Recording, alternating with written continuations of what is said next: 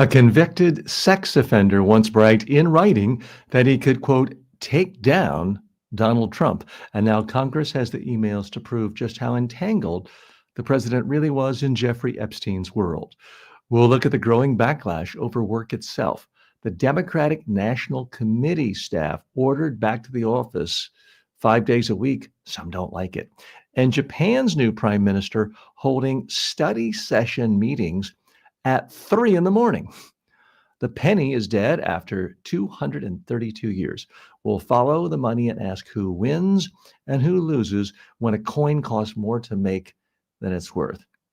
Russia's star humanoid robot faceplants on stage, even as American and Chinese robots quietly get ready to take real-world jobs. And if you've lost a job recently, we'll talk about the mental health toll of unemployment and what actually helps you get through it. All that and more today on Filtered. Welcome to Filtered with TJ Walker. Hi, and welcome. It is a fantastic Thursday, November 13th, 2025. Let's check in with the market vitals from yesterday. The S&P 500 closed at 6,850.92. That is up 0.06% from yesterday. On yesterday, the NASDAQ composite closed at 23,406.46. That's down 0.26%. Yesterday. Always keep in mind the long term. Here at Filtered, we're long-term thinkers. Over the last 25 years, the S&P 500 has gone up on average 8.22% a year. The NASDAQ 100 has gone up on average 9.09% a year. So please keep in mind the long run. Okay, big story here. I'm sure you've heard little dribs and drabs of it. I'm going to give you the basics and then dive in with some objective analysis. For those of you perhaps new to the show, my name is TJ Walker. We look at top business stories, technology stories, and culture stories, and then filter them through the lens of communication and personal development skills. My pledge to you is spend a little time with me here each day. You'll learn more about important stories going on in the news, and you'll learn more about yourself, how you can be more successful in your personal life and your professional life. Okay, let's dive right in to the big story generating headlines everywhere.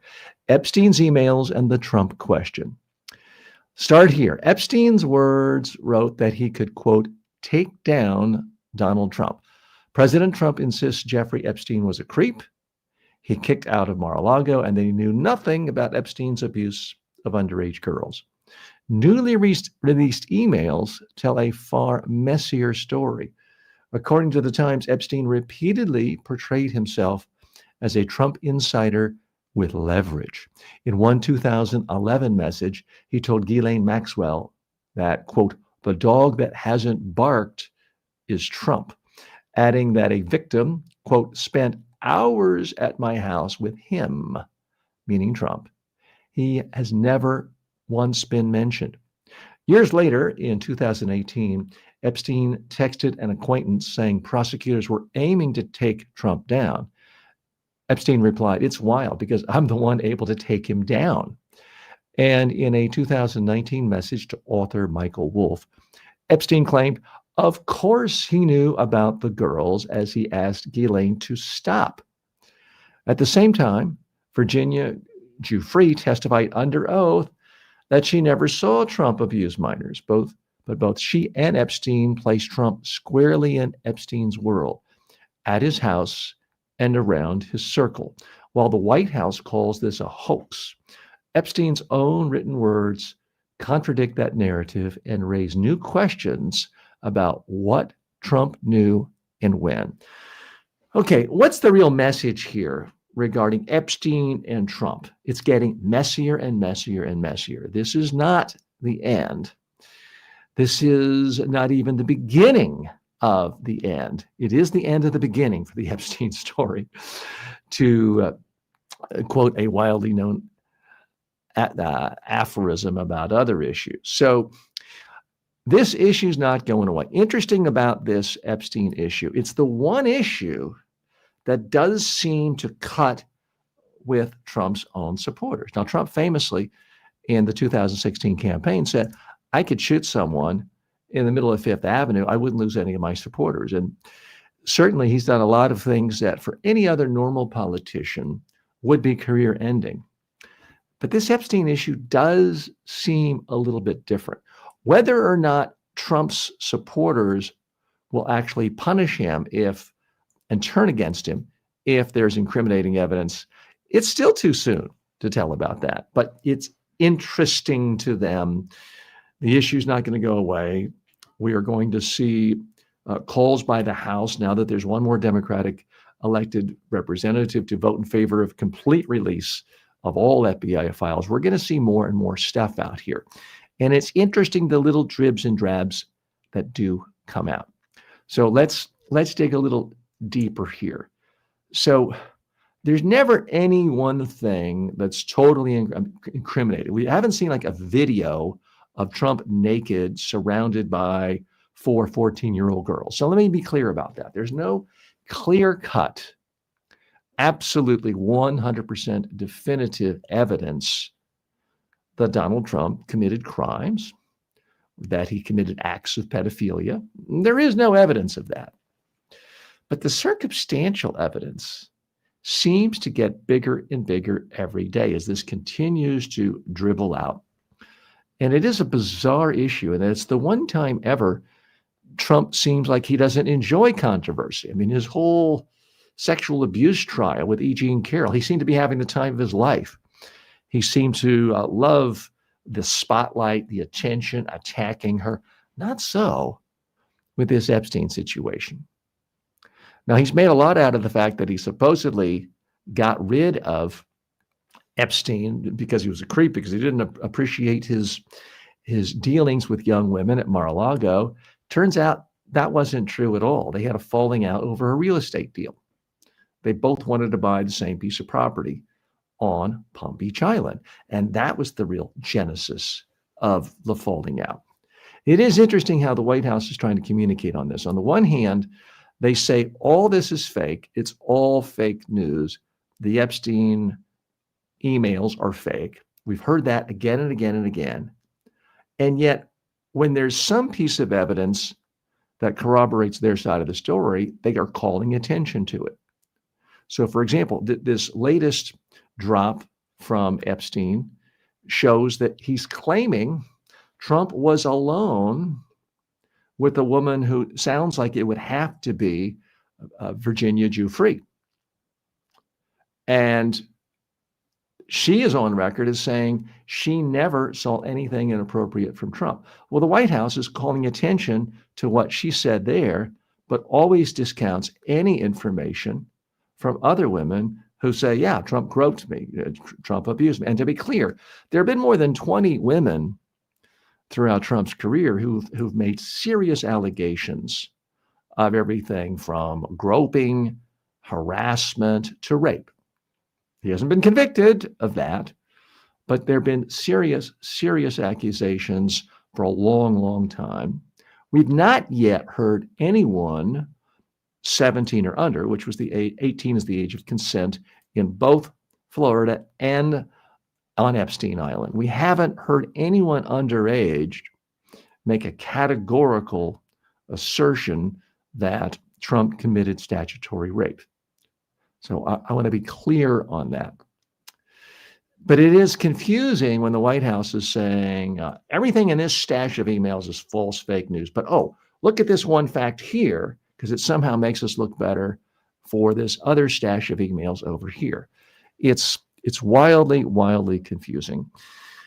And it's an issue that isn't going away. Now, in the past, in the last month, I've poo-pooed this issue. My position was that I believe the Trump supporters, while they tell themselves they care about pedophilia and think it's bad, they somehow give Trump a pass, as they do with everything. They don't like politicians who lie, and yet they're told again and again, proven time and again, Trump lies about, well, everything, and they never seem to punish him. It doesn't seem to change any votes. Here's what is different. As we see the economy continuing to slide, a slow decline. And to be clear and fair, we're not in a recession yet. But as we see inflation not going down as promised by Trump in the campaign last year, but staying high, even going up in some areas, as we see taxes going up repeatedly, which is what a tariff is, we are seeing Trump's approval ratings of the economy going down to an abysmal 33%. Depending on which poll you want to look at, he is now given as much credit managing the economy effectively now as Biden was last year. And we know how that ended up. So when you combine a faltering economy, lowering overall approval ratings with more and more scrutiny about all the entanglements the president of the United States has had with this sex offender, at some point it chips away. Maybe it's only a 1% in 1 month. Maybe it's another 0.5% in another. But when you're already the lowest rated president in the history of modern polling, you don't have a lot to spare. And at some point, things could crumble to the point where Republican members of Congress are willing to stand up to him, where they're no longer living in fear.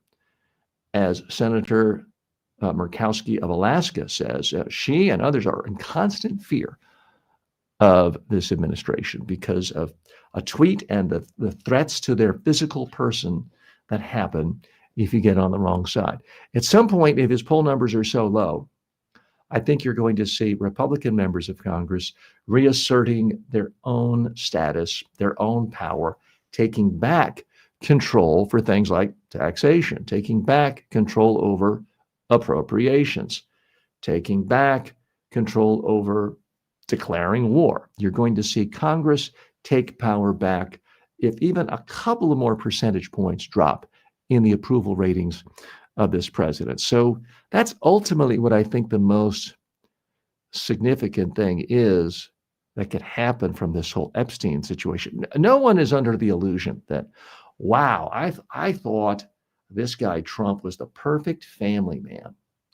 I thought he was a Boy Scout. I thought he was an angel. Nobody's under the illusion of that.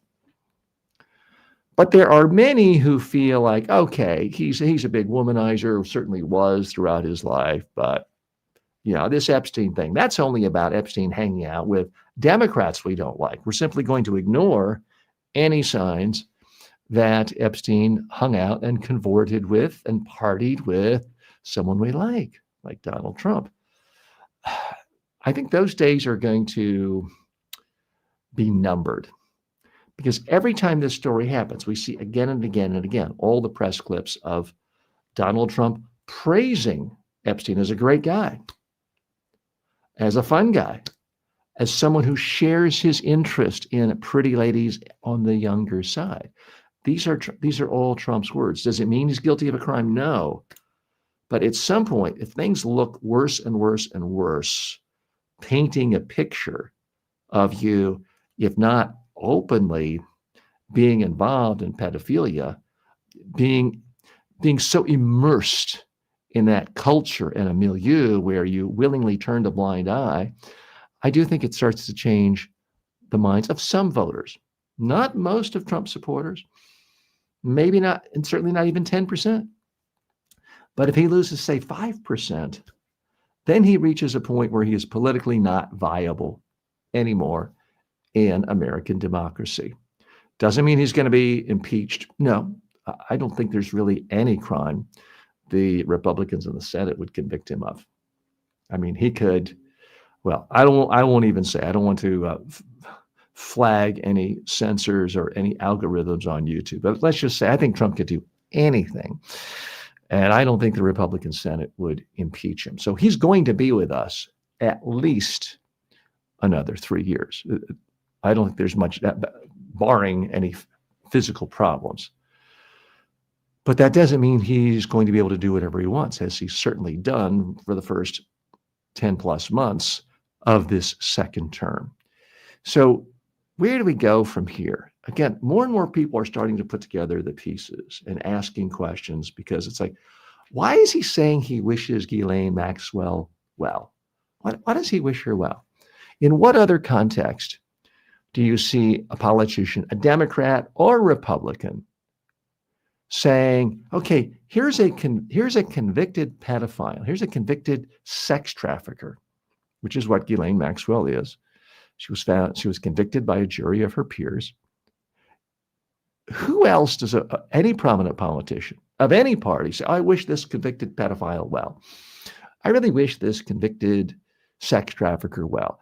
And there's elaborate photographic proof that they've socialized together, hung out together, as we've all seen the pictures of Trump with Ghislaine Maxwell and Jeffrey Epstein. So it's almost like a painting where it starts off very abstract impressionism. You're just seeing sort of shades of things. But every day there's like another brush stroke of this picture. And it's an ugly picture. And at some point, I think it's going to become more and more obvious to a lot of people. They step back and they're going to see this picture of Trump and Epstein and the debauchery that happened there. Again, what we did learn yesterday in yesterday's email dump is Epstein is on record as saying, look, Trump clearly knew about what I'm up to. He's telling Ghislaine, knock it off on the young girls. That's new. You could have always made the case that Clinton was just somebody, or it's not Clinton, although Clinton applies too, that Trump was someone simply in the orbit of Epstein, the way that Bill Gates was. Because Epstein was an eclectic social animal. He was doing horrible, horrific things to young girls, apparently dozens of times a day. But he was also someone who loved to have fascinating intellectual discussion, conversations, salons with leading intellectuals of our time. And those people were not all necessarily involved in his crimes. So you could have made the case that Trump was sort of in that category, sort of the Bill Gates category. Just an interesting, high-profile person that Epstein liked to have conversations with. But as more and more of these emails come out, these letters, these documentations, it's getting harder and harder to not imagine Trump being there right in the thick of everything. What do you think? You can post your comments here. Again, I'm not here as a political commentator. I am a sane, sensible centrist, which means every so often you're going to hear me say something that you don't like because it makes somebody on your team not look good. I'm calling it like it is. And if you don't like what I just said about Trump, or let's say you did like what I just said about Trump, you're not going to like what I say in a moment about the Democratic Party and what's going on with some of the labor problems at the DNC in Washington, D.C. So I'm an equal opportunity offender. What do you think? If you have comments, feel free to share them with us. If you're watching this live on YouTube, TikTok, or any other platform, thanks for doing so. Please leave comments. Let us know where you're watching from. And if you are listening to this live on a podcast, thank you so much. Be sure to subscribe or follow the podcast. Let's take some of your questions and comments now. Raphael writes in. Raphael's from Brazil, says, thanks for the videos and all the great work. Well, Raphael, thank you so much for your kind thoughts. I do appreciate that. Maria says, he's gotten away with everything, even blowing up boats with no congressional approval. No hope now. Well, Maria, let's not give up yet, because I will be honest with you. One of the operating premises behind this show, Filtered with TJ Walker, is that there is hope. We can learn from the news and make ourselves better. We can try to make society better, but we can always make ourselves better and improve. There is some hope. I mean, I'm assuming you're not a big fan of this current administration.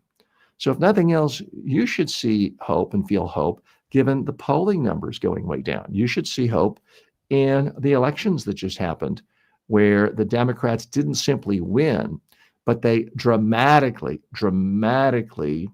improved over Trump showing in the election last year.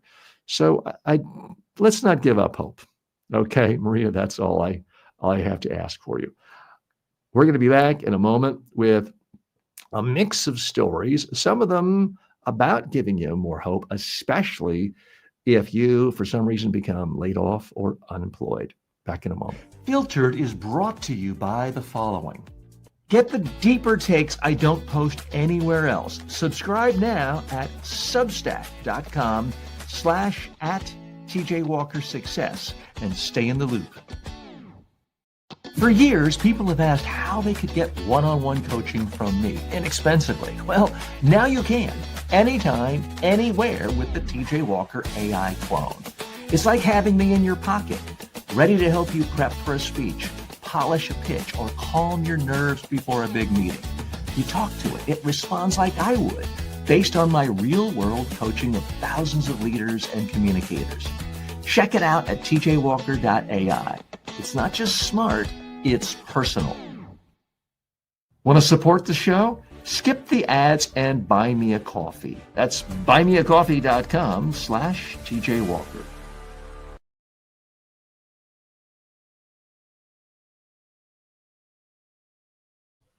Okay, we are back. Thanks so much for joining us. I'm TJ Walker. This is Filtered. When the office becomes a trap, it's hard to call yourself pro-worker when your own workers revolt. According to the Times, Democratic National Committee staffers were told they must return to the office 5 days a week starting in February. No exceptions unless approved case by case. The chairman of the party, Ken Martin, argued that remote work created siloed decisions in a critical election year. When employees pushed back during the all-staff call, he reportedly told them if they didn't like it, they could find another job. The DNC staff union called his comments shocking, especially given today's economic strain. But a wider story emerges when you compare the U.S. debate to Japan's reality. Japan's new prime minister, Sanai Takahashi, recently summoned aides to a 3 a.m. study session meeting so she could prep for a morning budget hearing. In a nation already scarred by death from overwork, critics called it crazy. And despite Japan's brutal work culture, the results don't match the sacrifice. A lot of people don't realize this. The U.S. economy produces nearly twice as much per hour.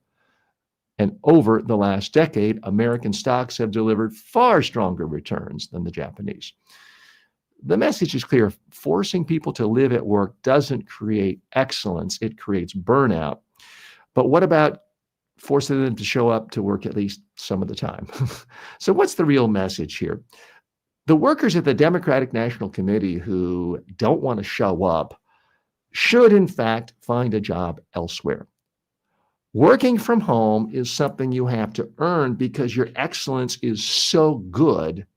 The value you create is so powerful that organizations can't get along without you and will work on your terms. But the default position should be show up at the office because it fosters communication. And I hate to tell you, the Democratic Party needs to get better at communication, not worse. Let's dig a little deeper here. So I didn't even realize this, but not all members of the Democratic Party who work there are unionized, but many of them are.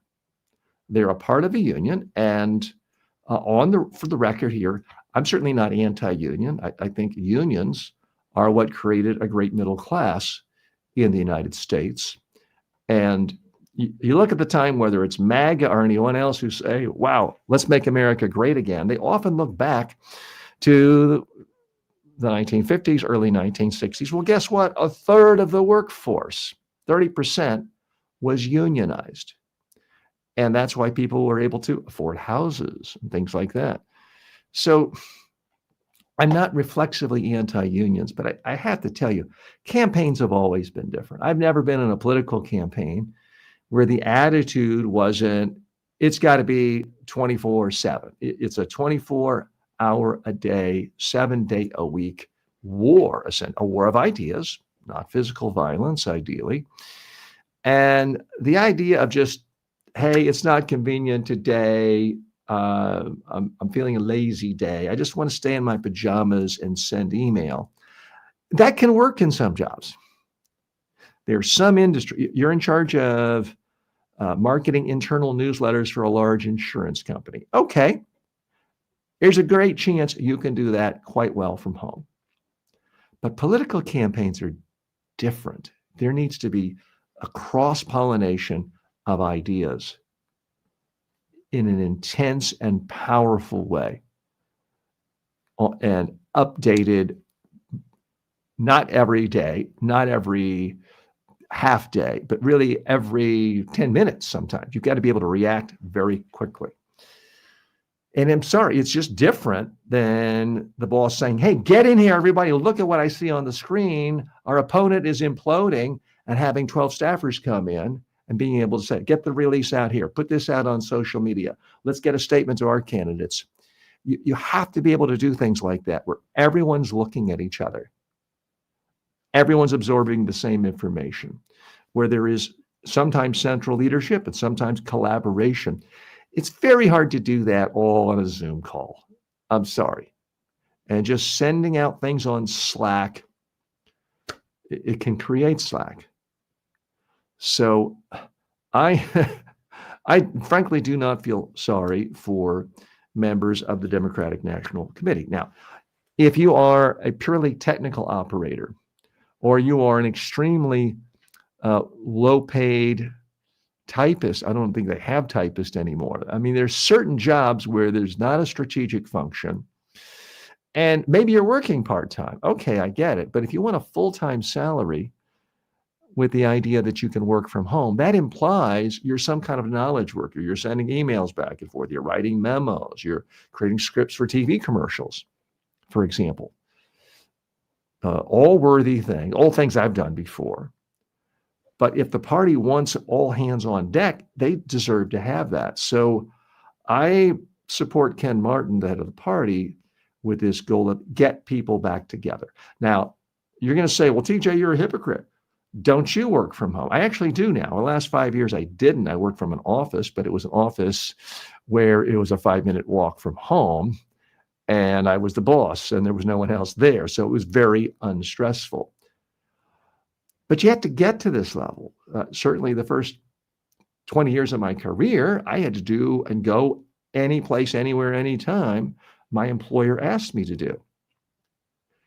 And, well, TJ, things are different this time. Okay, but many people are kidding themselves. It's fine if you already are at a certain high level of your career. You have strong ties in your industry. You have a reputation. Ideally, you have some net worth, some savings, some retirement. At that point, you can be more selective and say, okay, I'm only going to work on my own terms. And I already have a good network. But it's so much more difficult to build a network of colleagues in an industry if you're not working face to face. Apple has always understood that. Steve Jobs really understood, and he designed his buildings in a way to foster spontaneous conversations.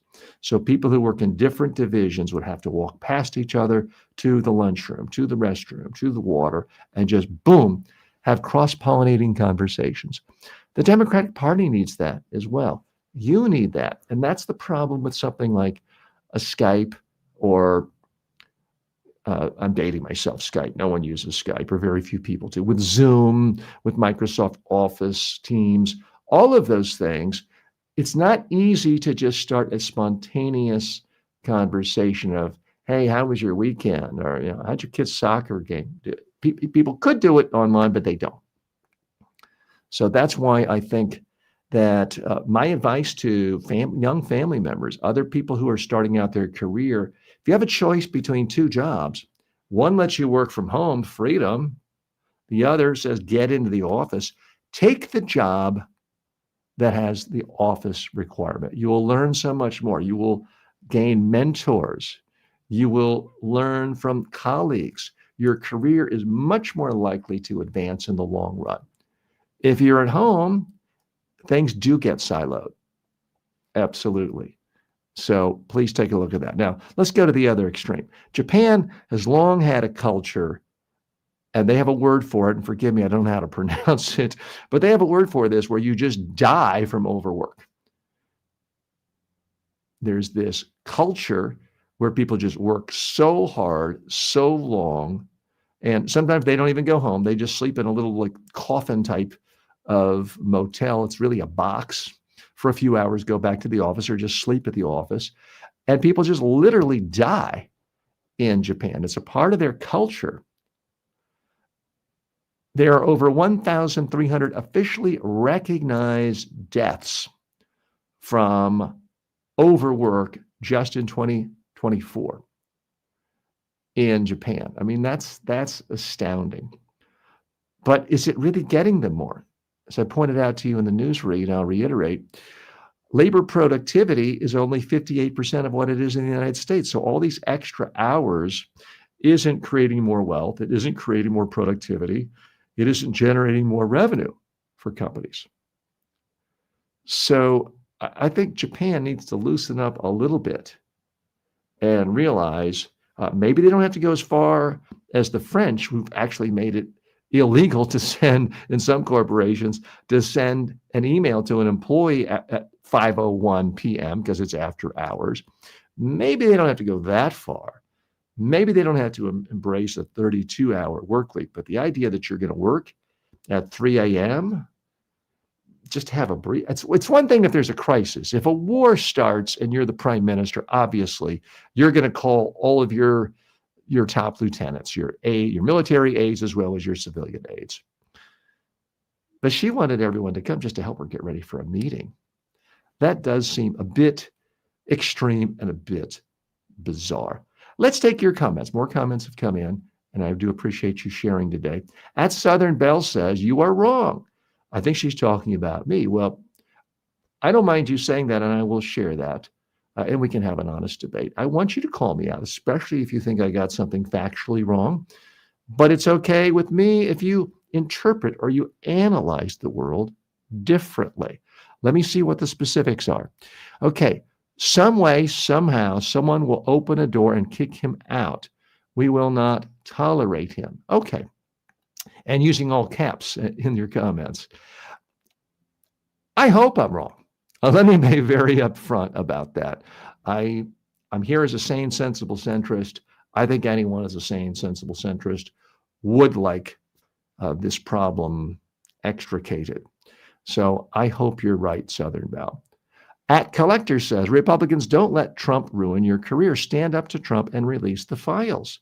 Okay, so this is an interesting situation. Some, like Marjorie Taylor Greene, the conservative Republican from South Georgia, has said on numerous podcasts in the last couple of months that a third of all communication coming into her from her own district, her own conservative Republican constituents, are about the Epstein files, demanding the release of the files. And yet Republicans thus far have refused to release them. Now, that may change by the time you actually watch this, because there are potential votes scheduled for today. We are recording this November 13th, 2025, and we're live right now at that time. So that may change. But yes, there are some Republicans who consider themselves big Trump supporters, rock-ribbed conservatives, don't like Democrats, don't like liberals. That's all fine. But they also don't like pedophiles, and they don't like covering up and protecting pedophiles.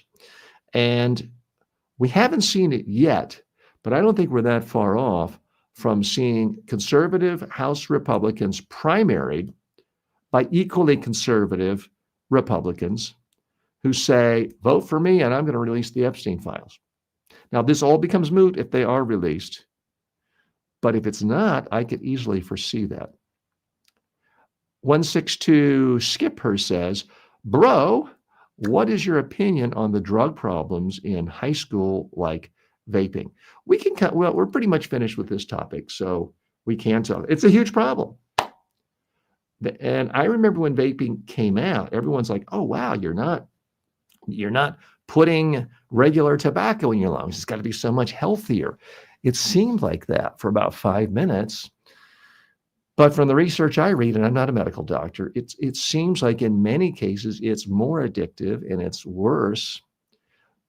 It is a huge problem. I think young people face a lot of problems today because it's never been easier to get this vape stuff. It's never been easier to get a gambling addiction. It's never been easier to get a porn addiction. So I have a lot of sympathy to young people today because so many of those things, even if I'd wanted to indulge in those vices, I wouldn't have been able to when I was a kid.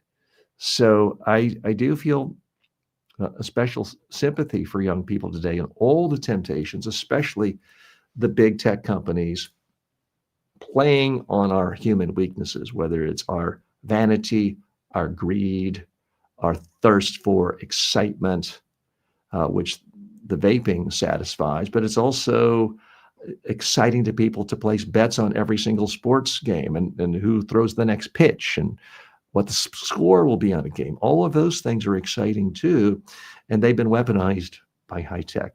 We're going to move on to the next issue, but Skipper, thanks so much for joining, and we may go into more depth on that in coming days. So please stay tuned. Back in just a moment. Filtered is brought to you by the following. You don't need a new degree. You don't need another expensive coach. You need the right communication habits, and I'll teach them to you in just a few minutes a day. At MediaTrainingWorldwide.com, I've created the most comprehensive library of online communication and personal development courses anywhere. You'll learn public speaking, media training, persuasion, executive presence, and more. These are the same methods I've taught to world leaders, but now they're affordable and accessible to everyone. You can start for free and upgrade anytime. Go now to MediaTrainingWorldwide.com. Confidence isn't a personality trait, it's a skill and it's trainable. Most people can't afford a full-time coach, and even if you could, good luck finding one who's available when you need them. That's why I created the TJ Walker AI clone. It's built on my 40 plus years of real-world coaching and training. You get my exact advice, style, and frameworks instantly. Ask it how to handle a tough question, get feedback on your elevator pitch, rehearse your next big talk. This is the next generation of communication coaching. It's smarter than an app, more personal than a course, and always ready. Start using it today at tjwalker.ai. You'll wonder how you ever did without it. Welcome back to Filtered.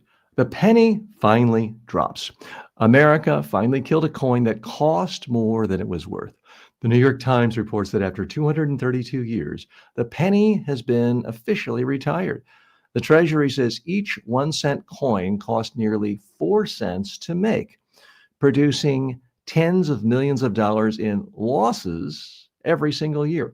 Ending the penny took decades of failed legislation, mostly due to lobbying by zinc producers who depended on the coin's composition for revenue. While charities and some retailers preferred to keep it, a Federal Reserve study found any rounding effect on consumers would be tiny, far smaller than the amount taxpayers were burning to mint a coin most people now toss in jars. More than 250 billion pennies remain in circulation, meaning the fade out will be slow. But the decision marks a rare moment in Washington. A small, outdated tradition finally ended because the math stopped making sense. Okay, so what's the real message here? Political special interest groups have fought for decades to prop up the penny, keep it alive, because it meant not pennies, but millions of dollars for their bottom line if they were selling copper or zinc or lobbyists. Finally, those people have been pushed away. We can get rid of this albatross, the penny. Let's dig a little deeper. Now, I'm old enough to remember where there was literally such a thing as penny candy. In the 1960s, if I had 4 pennies in my pocket, I could walk to the candy store and I don't remember how many pieces of candy, but I could literally buy candy with 4 pennies in my pocket. Obviously, those days are gone. This is a perfect example, frankly, of the real waste in government. Everyone thinks that government's wasteful, but the perception is we give, a third of our budget to foreign aid and a third of our budget to illegal immigrants and a third of our budget to minorities we don't like who have 18 children live in the inner city. That's the perception a lot of people have, that's where government waste is. That's not where government waste is. It's in things like Pennies, where you have often bipartisan support from senators and members of Congress, where they think, yeah, I know it's good for the country if we got rid of this wasteful thing, but I've got a copper mine and I want my people to be able to make money and essentially be subsidized. So that's the welfare. The welfare were these copper miners making this.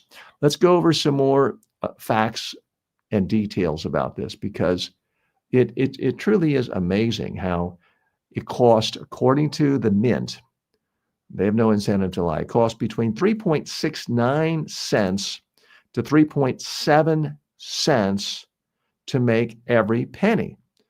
So it results in as much as $117 million in loss for taxpayers. Why would you make money that costs more money than what the money's worth? It makes absolute no sense. And this has been going on for a long time. I remember back when I worked as an aide, a low-level aide to a member of Congress 35 years ago, they were talking about, let's get rid of the penny. It's wasteful. But the copper mining interests have opposed the legislation, and Republicans and Democrats from states that had copper mines said, ixnay on the banning of the penny. And they had their way for a long, long time. Now, other countries, including Canada, Australia, and New Zealand, have already retired their smallest coins and simply round cash totals. The studies show that it has almost no impact at all on inflation or fairness. So let me be honest and fair here. Again, I'm here as a sane, sensible centrist. I commend the Trump administration for doing the right thing here. This is a case where someone, I don't know who it was in the administration and what changed in Congress, but somehow a decision was made for the greater good, not for just pandering or appeasing a special interest of a mining company or giving welfare to some workers, miners, over others. So that is a good thing. All right, we're going to switch now to an interesting story going on in Russia. You may have seen it, and I'm going to try to bring up some footage for you on that in just a minute. This crazy, wacky Russian robot. Stay tuned. We'll be right back after this break. Want to advertise here? You better be legit. No crypto, no junk food, no supplements. Go to tjwalker.com/advertise. Most people can't afford a full-time coach. And even if you could, good luck finding one who's available when you need them. That's why I created the TJ Walker AI clone. It's built on my 40-plus years of real-world coaching and training. You get my exact advice, style, and frameworks instantly. Ask it how to handle a tough question. Get feedback on your elevator pitch. Rehearse your next big talk. This is the next generation of communication coaching. It's smarter than an app, more personal than a course, and always ready. Start using it today at tjwalker.ai. You'll wonder how you ever did without it. Want to advertise to ambitious upscale professionals who actually care about communication, success, and results? Go to tjwalker.com/advertise. And no, we don't take ads for crypto, supplements, or junk food. If you've ever struggled with nerves, unclear messaging, or just not being taken seriously, this is for you. I created the TJ Walker Success Library as a crash course in professional level communication. You get 5 downloadable books for just $9.95 that walk you through public speaking, media training, persuasive communication, confidence building, and daily practice routines. This is the same training I've delivered to presidents, CEOs, and leaders in 45 nations, boiled down and instantly accessible. Go to tjwalker.com/books and download them now. Welcome back. This is a fascinating story. It's a great visual.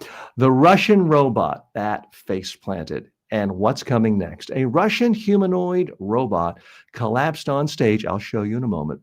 But the real story is how fast everyone else's robots are improving. The New York Times reports that Russia's first AI humanoid robot, Adol, made a dramatic entrance to the Rocky theme in Moscow, then wobbled and went straight down on its face. Organizers blame calibration and lighting issues and quickly dragged it off stage. But behind the comedy is a global race. Tesla's Optimus humanoid is already being tested inside factories. BMW is using humanoids on real production lines. Billions of dollars are pouring into next generation robots able to walk, grip, sort, and make simple decisions. Most experts expect widespread industrial adoption later this decade, with home robots arriving in the early 2030s. Adol's fall may be a meme, but millions of robots that don't fall will be the reality we need to prepare for. So I've got to show you this. It's comical, but I think many people are making too much out of this. I'll go to the beginning again in just a moment. You see, they're essentially trying to cover up the situation here. Now you can take a look at it. They brought it out. It's walking, and so far, I mean, it doesn't seem great, but it does look sort of like a human. And uh-oh, where are we going? It looks like a drunk human, and then had one to boom. Okay.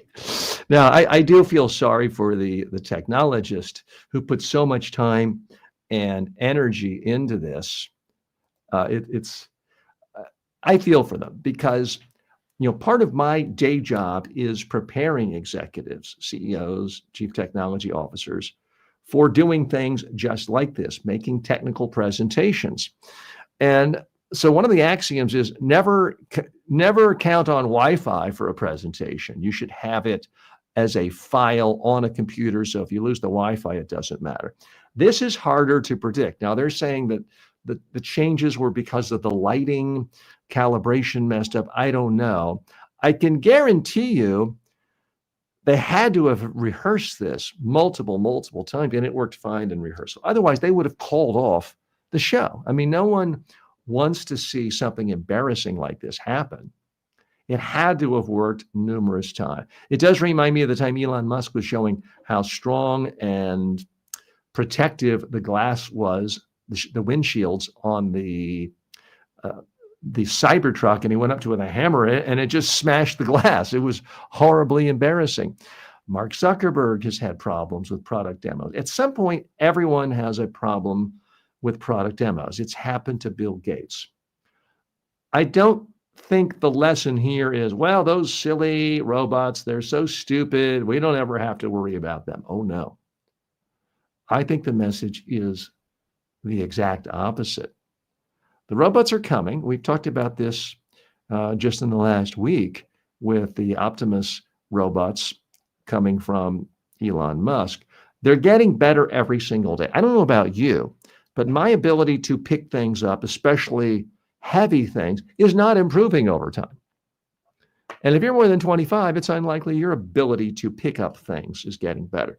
These robots are getting better every single day. Their balance, although you can't tell from this image, it is getting better every single day. And it's only a matter of time before every manufacturing company in the world says, hey, employees, we love you. It's been great. Maybe here's a gold watch, but bye-bye. We're not going to use actual humans. And you can try legislation. You can try anything you want. There's simply no stopping this because it's happened every other time with technology. Try getting a job running a Pony Express. You're not going to be able to do it because people have email. They don't need a Pony Express. You can force phone companies to have live operators, as they did in 1960 when there was 400,000 telephone operators, but they were all gone within a few years once technology was able to solve the problem faster. And so much of manufacturing, whether it's a warehouse, a coal mine does involve repetitive tasks that require strength, dexterity, reviewing data around you, and reacting. And until now, humans were better at that in a lot of situations. That's no longer the case. We are seeing massive use of robots now. They don't necessarily look like this. They're not trying to look like a human in many cases. If it is in an Amazon warehouse, quite often it just looks like a giant Roomba vacuum cleaner that's able to quickly and easily and smoothly carry 500-pound crates. But make no mistake about it, robots are getting better and better every day. They don't even need light to see. You put me in a totally black warehouse, I would be less than useless. I'd be stumbling around, falling, hurting myself. You put a robot in a completely dark warehouse, it has sensors. You don't even have to spend money on the energy bill, on the electricity bill for lighting. So we've all got to prepare for this. So yeah, let's have a chuckle looking at this computer or this robot falling today, but realize it could be us falling down on the job in the near future. It also means, I think, the days of bringing back manufacturing. Okay, a manufacturing business that manufactures things and sells stuff and makes money, yes. Manufacturing jobs, no. They're not coming back. One of the things that confounds a lot of Americans is when you confront them with the fact that the United States manufactures more than it ever has, certainly more than it did in the 50s or the 70s. It's just we employ a lot fewer people. It's because the robots are already there. The technology is already there. They don't look like a human falling down, but it's fun to blame the boogeyman of outsourcing and less expensive countries or illegal immigrant, whatever term you want. It's fun to blame that. But quite often, it's just technology does the work of a manufacturer, a laborer, faster and cheaper. And companies simply have to do what their competitors are doing, and they have to make a profit. And that isn't going to change. Okay, but some things are changing in our culture when it comes to names. We'll talk about what's going on at one of the biggest departments of the United States government in just a moment. Imagine having a communication coach who never sleeps. Meet your new secret weapon, the TJ Walker AI clone. Go to tjwalker.ai and start getting custom coaching 24/7. No scheduling, no hourly fees. I've trained presidents, prime ministers, and Fortune 500 CEOs. But the same exact communication I've delivered to world leaders is now available to you online, anytime at MediaTrainingWorldwide.com. Whether you're speaking on camera, pitching a client, or handling a crisis, you need these tools. These aren't fluffy motivational videos. They're practical, battle-tested techniques to help you speak clearly, competently, and persuasively. Go to MediaTrainingWorldwide.com and take your communication to the next level. Welcome back to Filtered. I appreciate you staying with me today. When your job disappears, your identity shakes too, at least for some. Job loss doesn't just destroy income. It can break your sense of self. The timeshare stories of Americans facing long-term unemployment today. One woman they profiled named Belinda, age 58, describes her job search as something that has smashed her ego to bits. Jeff LaRue, laid off nearly a year ago, says, quote, "I'm totally demoralized. I honestly have no idea how I'm getting the energy to do this again."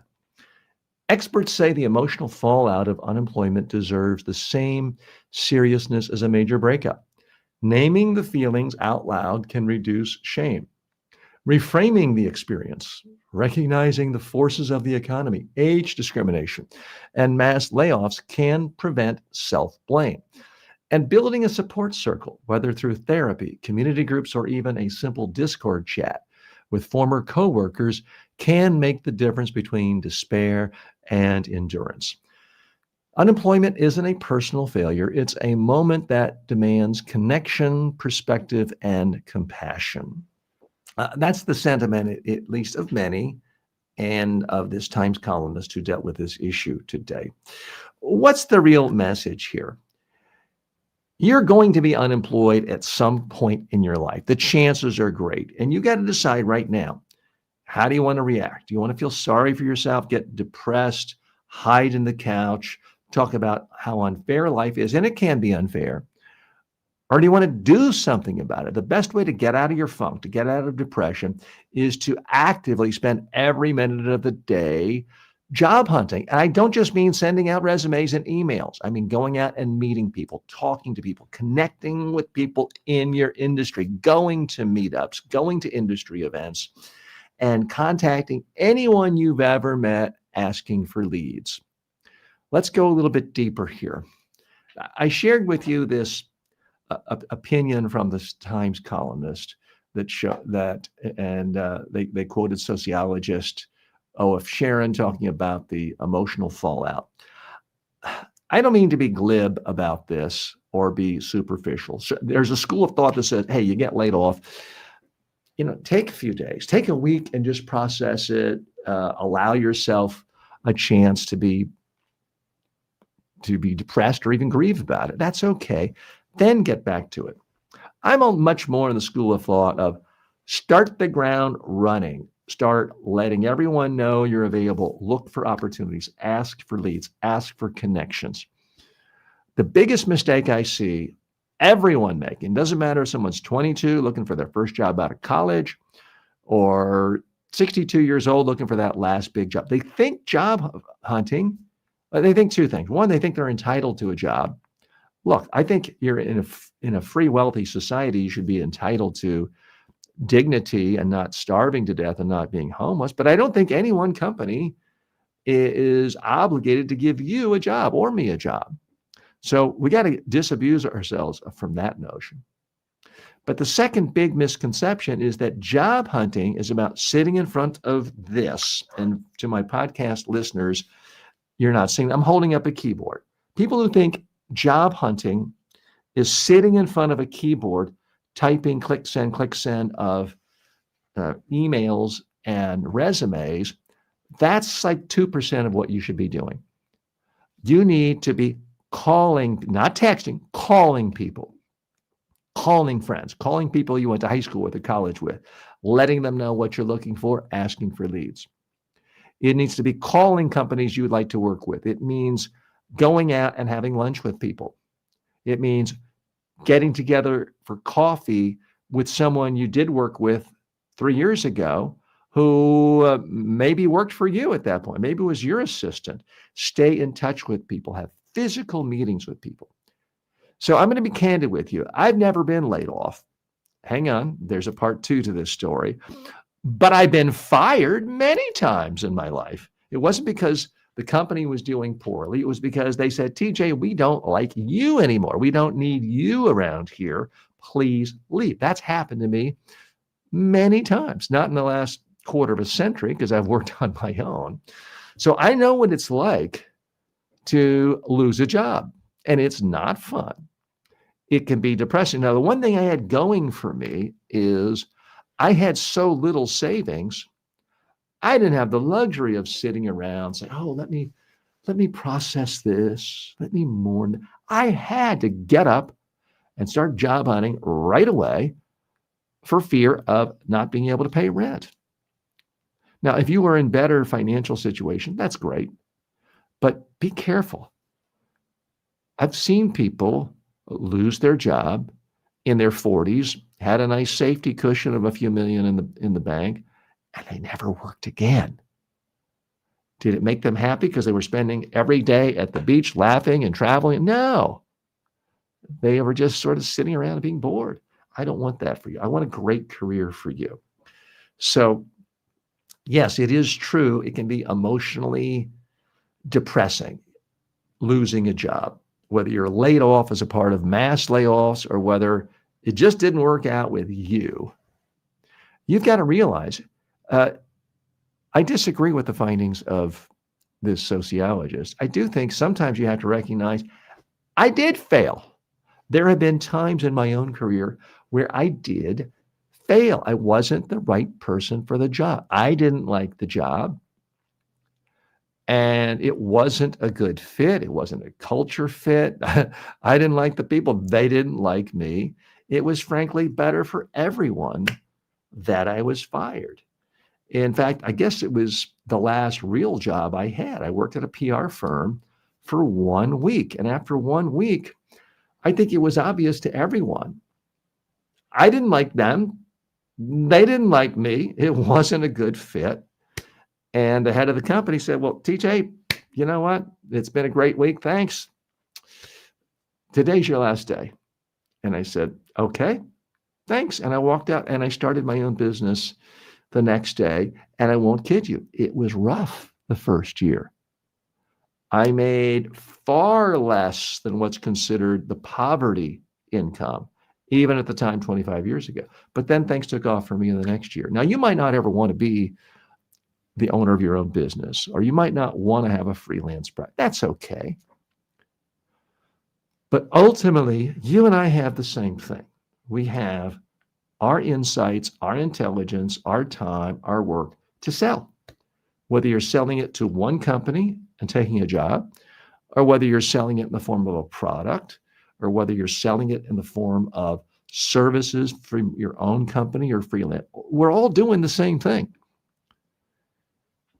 And sometimes it just doesn't work for the big company giving you the big job with all the perks and the benefits that you want. You've got to open another door. Maybe it's starting your own business, being really lean for 6 months or a year. But whatever it is, take action. And when I say action, I don't mean click send, click send, click send, because that is not the best way to get a job. Even places like Google, they put out a posting saying, oh, we need a new programmer for this. And within minutes, they got 10,000 resumes come in. According to their own analysis, the people they eventually hire, some 60, 70% had an internal advocate. So how do you get an internal advocate? You get an internal advocate by staying in touch with people you went to high school with, college with, by connecting with people on LinkedIn. Not just, hi, you haven't heard from me ever, but can you give me a job? No, it's got to be meaningful connections. Comment on what they're doing. Ask questions about their projects.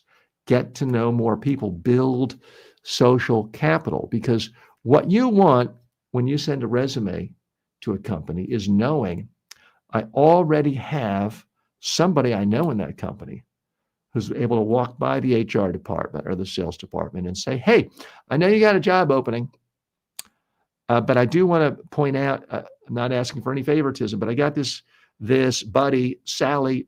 She found out about it. I know her. I've worked with her before. I really think she warrants an interview when you're narrowing it down. That's what you want. That's what you need. You don't have to be born into that. You just have to be actively spending your time doing that. And this person didn't recommend Sally because of one email. Chances are they recommended Sally because they knew each other. They had coffee with each other. Maybe they played on the same softball team. Get out, be active, spend time with real people so that inevitably when you do lose a job, whether you're laid off or fired, it's just an opportunity to spend even more time connecting with people in your industry and getting a better opportunity. All right, that concludes our main portion of the show today on the 5 top issues of the day. But I always like to go over a few grab bag stories. These are ones that didn't warrant the full treatment, but still something worthy of comment.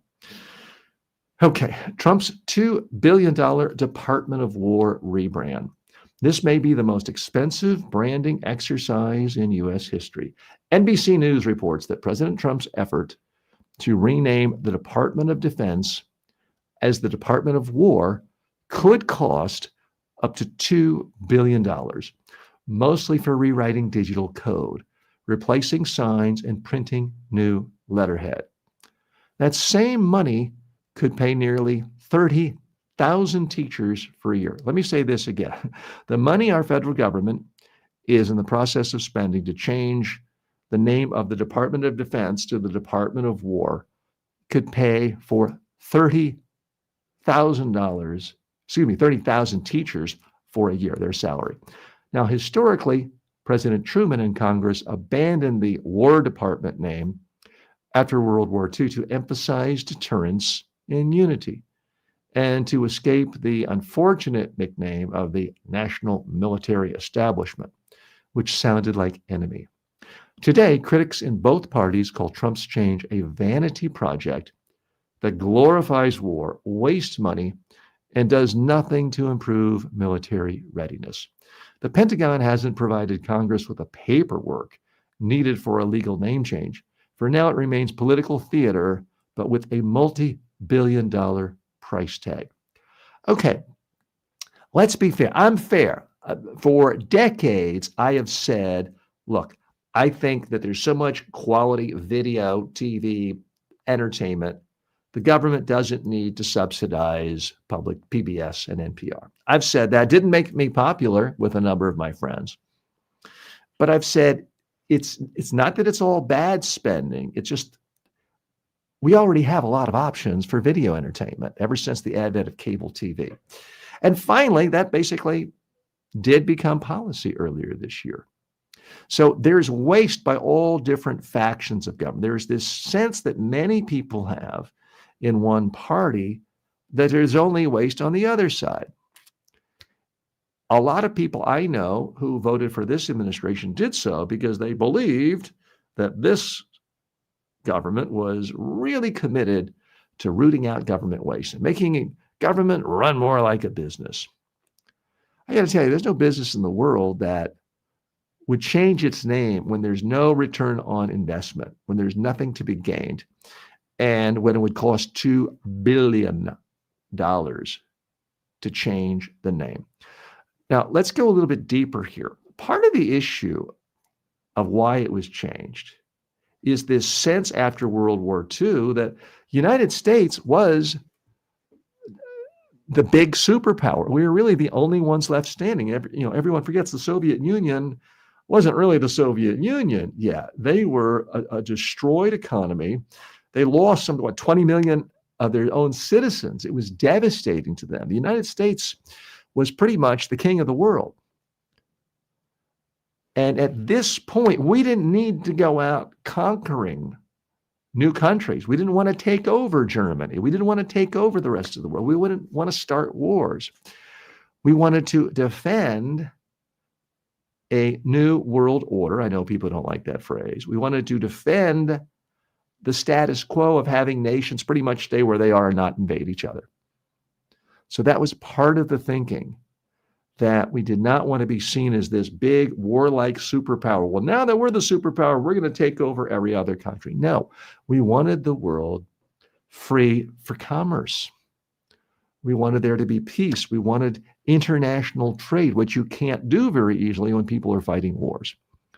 So that's a part of why the name was changed from the Department of War to the Department of Defense. Now, this is not a partisan thing. GOP hawks like Republican Senator Rand Paul says the rename glorifies war and wastes cash. Well, Rand Paul, you are absolutely on target. There's a number of Senate Democrats who said this is cosplay and political theater. And a lot of it does seem to be emanating out of War Minister Pete Hegseth, who's always trying to strut around and talk about how macho he is. That's when he's not spending all of his time talking about beardos, which is his clever way of saying anyone who wears a beard is somehow weird, according to Pete Hegseth. Always wondering how that conversation goes when he's meeting with Vice President J.D. Vance, but we'll have to cover that another time. That concludes our grab bag section. I'd like to end the show today, as I always do, by trying to be even more helpful to you in answering one of your questions.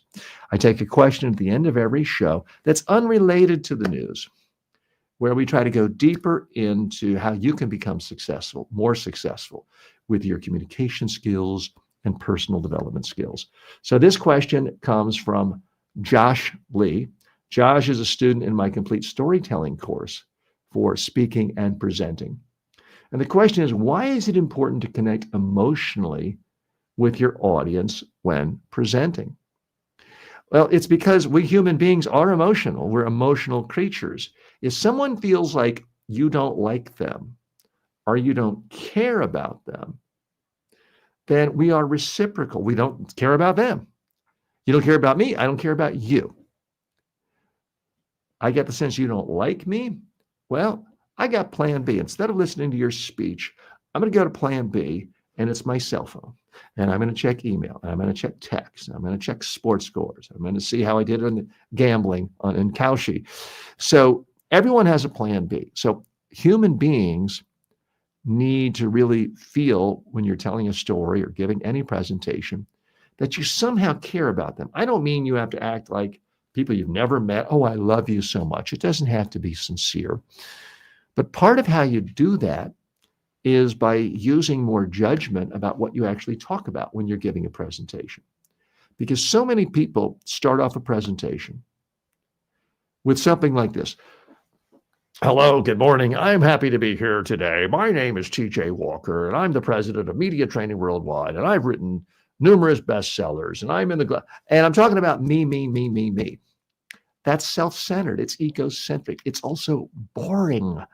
Nobody cares about me. So when you're starting a presentation, that's what I see as the biggest problem is you're talking about yourself, and therefore there is no emotional connection. You haven't given anyone a reason to care about you yet. Big, big mistake. So, Josh, that's why it's essential, because when you're coming up with a compelling presentation and a story for that presentation, people have to understand very quickly how it relates to them, why they should care. Otherwise, they will just tune out. Josh, thanks for the question.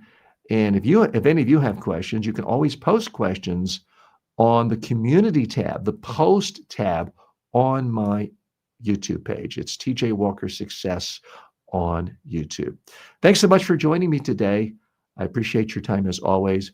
If you're new to the podcast, please subscribe on whatever platform you're either watching on or listening to. Please leave comments. Please leave questions. If you are listening on any podcast platform, we've only been on for 2.5 months, so it would be especially helpful if you go ahead and click that button for follow or subscribe and to leave a review. Thanks so much. See you tomorrow.